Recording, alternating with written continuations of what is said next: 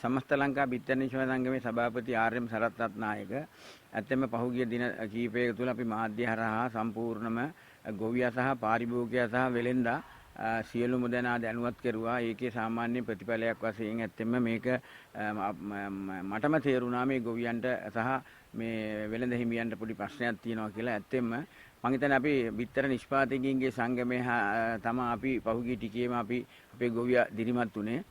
ඇත්තම එතන මම දන්න විදිහට අපේ ගොවියා සාමාන්‍ය නැගිටපු විදිහට ඇත්තම මම හිතන්නේ වෙළඳ ප්‍රජාවට නැගිටින්න බැරි වුණා. ඒ හේතුව වෙළඳ මහතුන්ට එක මිලක් මේ බිත්තර තිබුණ නැති නිසා. හැබැයි ඒකෙම ලාභ ප්‍රයෝජන අරගෙන කීප වෙළඳුන් දෙනෙක් විතරක් මම හිතන්නේ මේ ශාස්ත්‍රයේ වෙළඳ මහතුන් වශයෙන් නැගිට්ටා.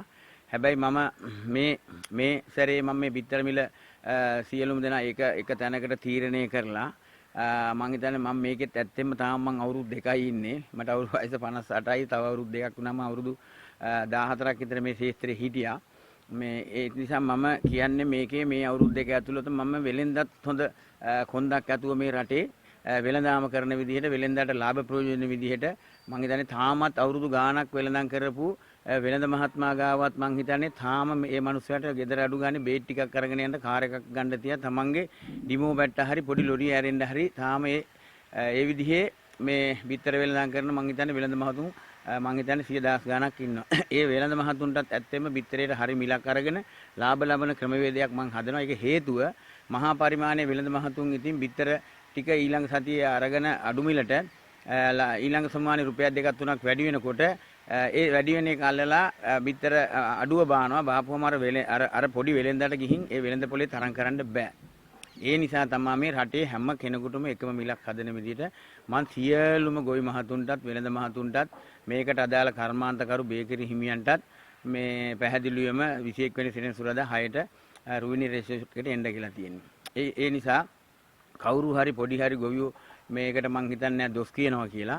එහෙම දොස් කියන ගොවියෙක් ඉන්නවා නම් මගේ දුරකථනයේ තියෙනවා. මට අපි වැරද්දපු තැන කියන්න එහෙම මේ ශාස්ත්‍රයට හානියක් කරලා තියෙනවා නම් ඇත්තෙම දුරකථනයට කතා කරියකි මොකද්ද වැරදි කියලා. අපේ 100%ක්ම අපි වැරදි නෑ කියන්නේ. ඒ නිසා ඇත්තෙම මගේ ජීවිතේ මං ඊට පස්සේ හිතුවා ඇත්තෙම අවුරුදු 77 ඉඳන්ම 2024 25 වෙනකම්ම මේ ලංකාවේ මං හිතන්නේ ගොවියට තැනක් දුන්නේ නැහැ. හැම නායකකම එන්නේ ජනාධිපති පුටුවේ ඉඳ ගන්නකම් කියන්නේ ගොවියෙක් රජෙක් කරනවා කියලා තමයි එන්නේ. ඒ වගේම ඇත්තෙම ගෝඨාභය මහත්තයා අපි හිතන්නේ ගොවියෙක් රජෙක් කරනවා කියලා අපි හිතුවා 100%ක්ම මේ රට කෘෂිකර්මී දියුණු කරයි කියලා. මං හිතන්නේ එතන හුඟුව කඩා හැලුණා. එතනත් එහෙම වුණේ නැහැ. ඇත්තෙම මං හිතන්නේ අපි හැම රටකටම ගිහින් තියෙනවා. හැම රටක්ම දියුණු වෙලා තියෙන්නේ කෘෂිකර්මයට මුල් තැන දීලා. මං හිතන්නේ තාම ලංකාවේ මේ කෘෂිකර්මයට මුල් තැන දීලා නැහැ. ඇත්තෙම කෘෂිකර්මයට මුල් තැන දීලා තිබ්බනම් අද අපි මේ 160ක් 70ක් අමුද්‍රව්‍ය ලංකාවේ දේවල් ගන්න බඩේ ඉරුඟු ටික රයිස් පොලිෂ් ටික පුන්නක්කු ටික ලංකාවේ සෝයා හැදී හැකි. හැබැයි එතෙන්ට ගියා නම් අද අපිට මේ නිෂ්පාදන වියදම රුපියල් 10ක් 15ක් අඩු කරගන්න තිබ්බා. ඒක ඒ කෘෂිකර්මයේ දියුණු වෙච්ච නැති නිසා තමයි. ඒ නිසා ඇත්තෙම මම මුලින්ම ඇත්තෙම සේවය කළේ කළුබන ආර්.එම්. කේ.වී. රත්නායක මහත්මයා ගාව. එතුමා ගාව සේවය කරනකොට එතුමාට ඉස්සර කිව්වේ ගොවි රජාණන් කියලා පඬුවස්නුවර. ඉතින් ඇත්තෙම මේ විදිහට මමත් ඉතින් ඇත්තෙම තව අවුරුදු 2කින් පස්සේ මමත් අක්කර 3-4ක කුඹුරක් හදලා මේ මට සියලුම කෘෂිකර්මය කරන්න බෑ. මේ බඩේරිඟුයි වී ගොවිතැනයිත් එක්ක මම ලංකාවේ කොහොම හරි මේ ගොවියෝ සේරම එකතු කරගෙන රටේ ඉන්න කෘෂිකර්මතුමත් ලං කරගෙන අනිකුත් සියලුම පාර්ශවත් ලං කරගෙන අපේ නව ජනාධිපතිතුමත් කොහොම හරි මේ ශාස්ත්‍රයට ලං කරගෙන මම අවුරුදු දෙකක් ඇතුළත මම හිතනවා මම මේ අවුරුදු 2-3 යනකොට ගිහින් මේ ශාස්ත්‍රයේ පාම් ශාස්ත්‍රයේ ගොඩනගලා අද අවුරුදු 7-8ක් යනකොට ලංකාවේ බිත්තර මස් ගේන එක සම්පූර්ණ නැවතිලා තියෙනවා. මම හිතන්නේ මින් ඉදිරියට පිටරටින් කවදාවත් බිත්තර මස් ගේන්න ඕනේ නැහැ. ඒ වාගේ මම ටාගට් එකක් වශයෙන් මම හිතනවා මේ කෘෂිකර්මයට යොමු වෙලා අවුරුදු 2-3ක් යනකොට ලංකාවෙන් අඩුම ගානේ හාල් කිලෝ 100ක් හරි පිටරටට පටවන තත්වෙට මට සිහිනයක් තියෙනවා මේ කෘෂිකර්මයේ දියුණු කරන්න. ඒ කියන්නේ හේතුව මේ ලංකාවේ හැමදාම මේ හාල් ප්‍රශ්නේ තියෙනවා. හරිද? ඒ නිසා මේ හාල් ප්‍රශ්නේ විසඳෙන්නේ නැහැ. ඉතින් ඇත්තෙන්ම කුඹුර වෙලා තියෙන ප්‍රශ්නේ ගොවියෙකුට භූතයෙකුගෙන් අක්කරයක් කපා ගන්න රුපියල් 20000ක් යනවා. එතකොට ඒක හාන්න ට්‍රැක්ටරයට රුපියල් 20000ක් යනවා. රුපියල් 40000ක් එතන ඉවරයි. අන්න ඒක තමයි මම අතිගරු ජනාධිපතිතුමාට කියන්නේ. මේ රටේ සුපෝභෝගී වාහන මේ වසරෙත් ගෙන්නුවා. මීට ඉස්සෙල්ලත් ගෙන්නුවා. ඒකට බදුත් ගහලා තියෙනවා. හැබැයි මේ කුෂිකර්මයට අයිති ට්‍රැක්ටරයක් අද ගන්න බෑ. ටැපේ ට්‍රැක්ටරයක් ගන්න බෑ ලක්ෂ 50යි 60යි. බූතෙක් ගන්න බෑ 1 කෝටි 20 ලක්ෂයයි. පොඩි ලක්ෂ දෙක එකමාර තිබිලි ලෑම් මාස්ටර් යද ගිහින් තියෙනවා ලක්ෂ 7 8 10ට. ඉතින් ඇත්තෙන්ම මේකේ බදු සහන අයින් කරලා ජපානයේ තියෙනවා රීකන්ඩිෂන් ට්‍රැක්ටර, රීකන්ඩිෂන් අනිකුත් සියලුම ගොවි උපකරණ තියෙනවා. මේ ගොවි උපකරණ වල අවුරුද්දක් බද්ද අයින් කරලා මේ අක්කර 5 10ක් තියෙන ගොවියෙකුට මේ ට්‍රැක්ටරයක් තිබ්බනම් එතකොට මේ පැහැදිලිවම මේ පෝර සහන දෙන්න ඕනෙත් නැහැ, කිසිම සහනදාරයක් දෙන්න ඕනෙත් නැහැ. මේ වාහන ටිකේ බදු අයින් කළා නම් මේ රට ගොඩ ගන්න පුළුවන්. මේ වී ගොවිතැන මේ සාර්ථකව දියුණු කරන්න අඩු මිලකට වී කිලෝ එකක් නිෂ්පාදනය කරන්න ඇත්තම මම හිතන්නේ හැම ආසනයකම ගෝජන සේවා 2 3ක් තියෙනවා. ඉතින් ඇත්තම ওই ගෝජන සේවා එහෙකට සාමාන්‍යයෙන් ට්‍රැක්ටර් 2ක් හෝ 3ක් කුඹුරු තියෙන ප්‍රමාණය අනුව ආණ්ඩුවෙන් ට්‍රැක්ටර් 3ක් 4ක් දුන්නා නම් මම හිතන්නේ ට්‍රැක්ටරයකින් දවසකට අක්කර 5ක් 6ක් හාන්න පුළුවන්. එතකොට ඒ විදිහට ට්‍රැක්ටර් 3ක් තිබ්බනම් අක්කර 15000ක් හාන්න පුළුවන්.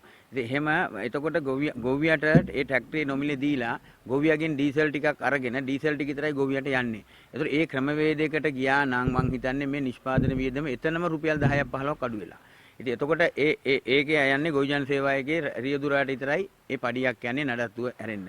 මං හිතන්නේ ටැපේ ට්‍රැක්ටරයක් ගත්තාම ඇත්තම අවුරුදු 5ක් යනකම් කිසිම රිපෙයාර් එකක් නැතුව ට්‍රැක්ටරේ දුවන්න පුළුවන්. ඉතින් අතිගරු ජනාධිපතිතුමාට මම කියන්නේ පැහැදිලිවම මේ කුෂිකර්මයේ දියුණු කරන්න මේ ලංකාවේ තියෙන ඔච්චර වියහිදම් කරනවද කුෂිකර්මයේ වෙනුවෙන් හැම කුෂිකර්ම දෙපාර්තමේන්තුවකටම ට්‍රැක්ටර 2 ගානේ ඉස්සරහා දීලා බලන්න බැරි නම් 1 ගානේ දීලා ඒ ට්‍රැක්ටරයෙන් වෙන සේවාව ගොවියෙකුට මං හිතන්නේ අති මහත් ඇත්තෙම පැහැදිලිවම මට මේක කියන්න බෑ. මං හිතන්නේ 20000කට කිට්ටු වෙන්න ගන්නවා අක්කරයක් හාන්න. ඉතින් ඒකට මං හිතන්නේ ගොවියෙකුගෙන් යන්නේ රුපියල් 3000ක 2500ක 4000ක 3000ක විතර තමයි ඩීසල් යන්නේ. එච්චරනේ යාට වෙන්නේ. එතනම යාට රුපියල් 10000 18000ක ඉතුරු වෙන්නේ. ඉතින් ඒ වාගේ ක්‍රමවේද තමයි මේ ගොවියට සහන දෙන්න ඕනේ. ගොවියට පෝර ටික දෙනවා. ඒ දුන්නාම ඇත්තෙම මං හිතන්නේ පෝර ටික ගහන්නේ නැහැ. එක්ක මත්පැන් පානය කරනවා. එක්ක කුඹුරක්වත් මොකක්වත් නැති මිනිස්සු පෝර ගන්නවා මේකේ. අර විදිහට අවශ්‍ය දෙයට ඒ ආයුධය දුන්නාම ඒ ආයුධයෙන් වැඩ ගන්න එපයි. ඒ නිසා මම ජනාධිපතිතුමාට කියන්නේ පැහැදිලිවම ලංකාවේ ගොවිජන සේවා වල කුඹුරු අපසාරිය බලලා ඒ විදිහට ට්‍රැක්ටර් 2 3 දුන්නා නම් මේ රට මං හිතන්නේ කුෂිකර්මයෙන් දියුණු කරන්න පුළුවන්.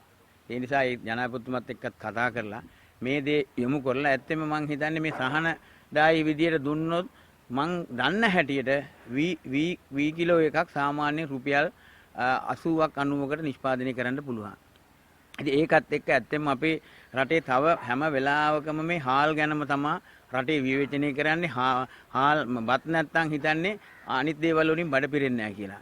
දැන් අපි ගත්තොත් එහෙම පවුලක් ගත්තොත් එහෙම සතියකට වේල් 100ක් කනවා නම් ඒ වේල් 100න් ඇත්තෙම මේක රටේ ඉන්න සෞඛ්‍ය දෙපාර්තමේන්තුවෙන් හරි කොහෙන් හරි දැනුම් දීලා මේ පෝෂ්‍ය 1000 අනිත් ආහාර කොච්චර තියෙනවද?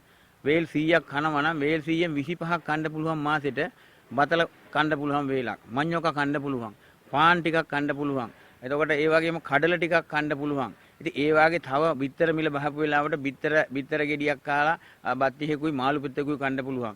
ඒ වාගේ ප්‍රෝටීන් ආහාර ටිකක් මේ කන විදිහට ඇත්තම සෞඛ්‍ය දෙපාර්තමේන්තුව මේ පාරිභෝගික ජනතාව දැනුවත් කරුවා නම් ඇත්තම මේ රටේ හාල් ප්‍රශ්නේ මං හිතන්නේ 100ක් තියෙන එකෙන් 125ක් මේකෙන් මෙව වෙනවා. ඒතකොට රටේ මන්ද පෝෂණය කියන එකත් උරන් වෙන හැම වෙලාවෙම මේ හාල් එක තමයි ඔට්ටු වෙන්නේ. ඒ නිසා මේක අපි කන දේවල් ටික ඇත්තෙන්ම මේ රටේ දිනු කරුවා නම් මෙහෙම වෙන්නේ නැහැ. ඇත්තෙන්ම දැන් දෙනවා මේ මං හිතන්නේ මේ එක ජාතියේ මේ සහනාධාර මේ ආණ්ඩුවේ මේ ජනසවිය කියනවා සමෘද්ධිය කියනවා. හැබැයි ඇත්තෙන්ම මම කියන්නේ මේ ලංකාවේ සමෘද්ධිය දෙන්නේ මොනවත් හරිය මේ නැති කෙනෙකුට. හැබැයි මම දන්න හැටියට 100%ක්ම 75ක් 80ක් මේ අක්කර කාල භාගයක් නැති කෙනෙක් නැහැ. අක්කර හමාර 2 3 කට්ටියක් ඉන්නවා.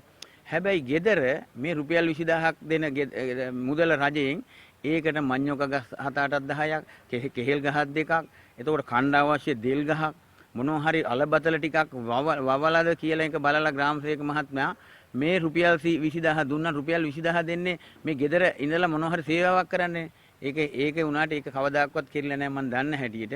ඒ රුපියල් 20000ට ගෙදර සංවර්ධන වැඩක් කරලා තියෙනවා නම් ග්‍රාම සේවක මහත්තයා ඒක සෝදිසි කරලා බලලා ගේ ගෙදර මේ අඩු ගානේ මම දන්න හැටියට ගෙදර අල්ලපු ගේ ඉස්සරහා ගහේටවත් පොර ටිකක් තියා ගේ පොල් ගහට අද පොල් මිලට මොකද වෙලා තියෙන්නේ? තමන්ගේ ගෙදර තියෙන පොල් ගස් පහට පොර ටිකක් දාලා වතුර ටිකක් දාන්න. ගෙදර තියෙන කුණු රොඩු ටික දැම්මනම් ඒ පොල් ගහට ආදරය කෙරුවා නම් ඒ ගස් පහ ඇති.